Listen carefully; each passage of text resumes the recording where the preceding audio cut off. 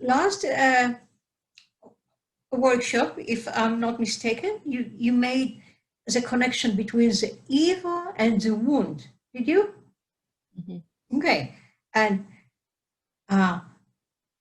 probably some of you saw that there is a connection, that the wound and the evil are not far from each other.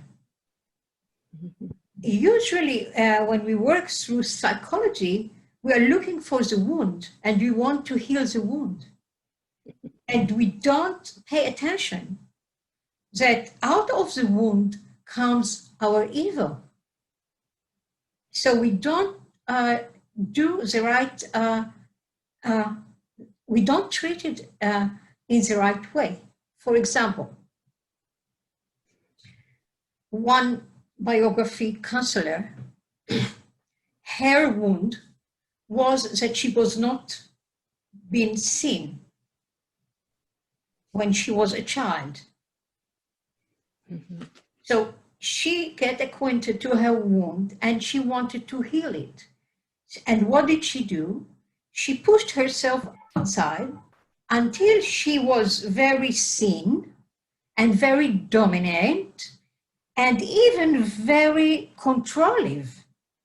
And she was mistaken.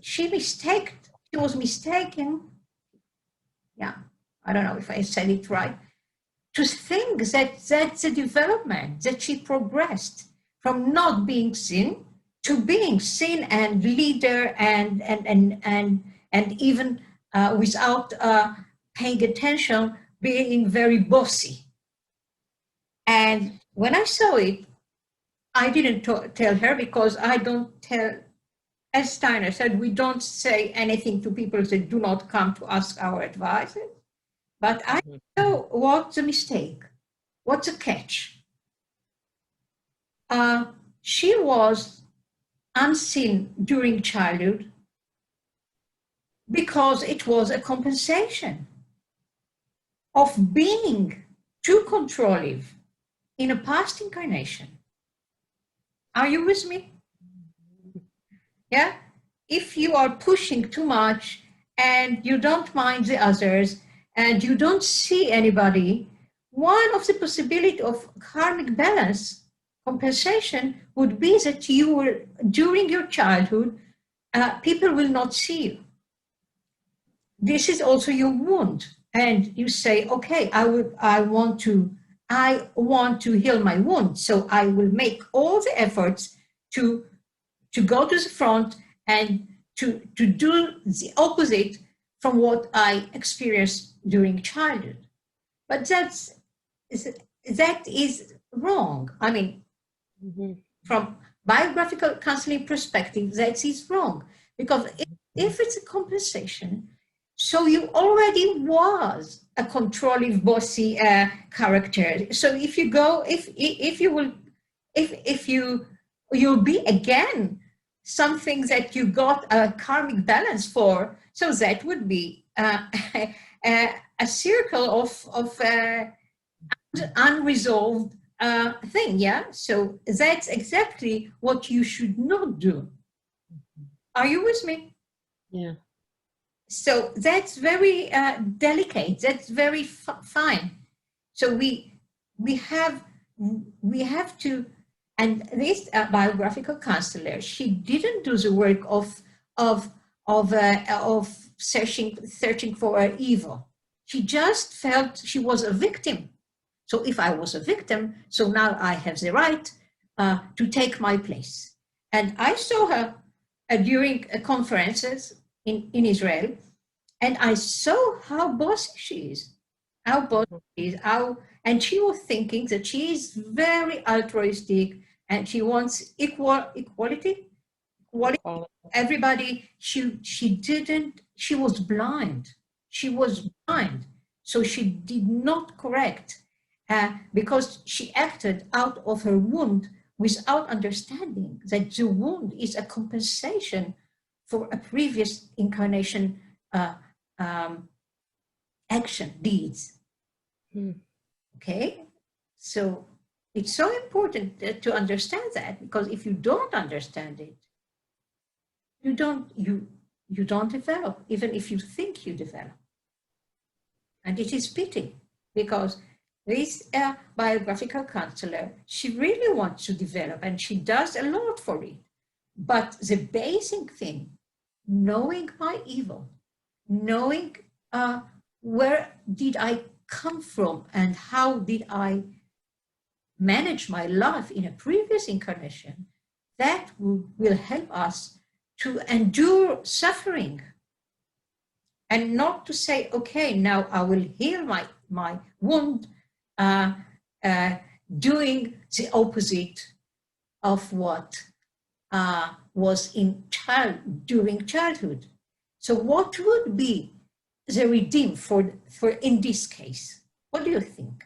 What would be the redeem in this case? Yes, Linda. Redemption, sorry, the redemption. The redemption is to agree being back. Agree not be seen. That's a redemption. Just a minute, please. I don't say that if you agree, so you will be not seen. Maybe miracles and doors will open up for you, but you have to sacrifice the need to be seen.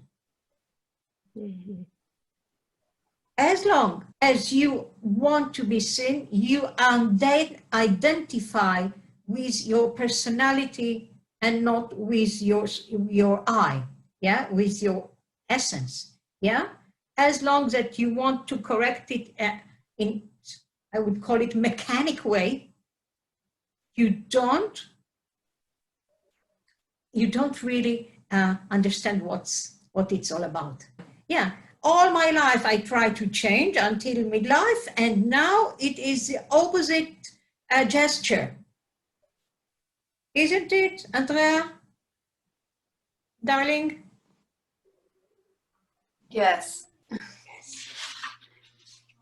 It's the opposite gesture. It is very, we meet it with sadness. It is sad. I don't say it is joy. It is not. But sadness is a spiritual feeling. It's not an astral feeling. Astral feelings is, what are astral feelings, for example? Astral is more passionate, yes? Mm-hmm. In the spirit is soft, is delicate. Sadness, just imagine sadness. It's not something strong. It is sad, yes. Sometimes can be very, very strong. Yeah. So maybe sorrow. Maybe yes. Sorrow would be the right word. Yeah. So sorrow, but it doesn't have force. Astral has force, passion, and it's very good until certain age in our life. But okay, I feel sad. I feel sorrow for not being seen, but I don't push my life to be seen. That's not the redemption. Yeah. So if I am this Bible counselor, I feel sorrow of not being seen, but I do nothing to be seen. Okay. Okay. That's a big secret. Yeah. Yeah. That's real surrender. That's a real surrender. That's how.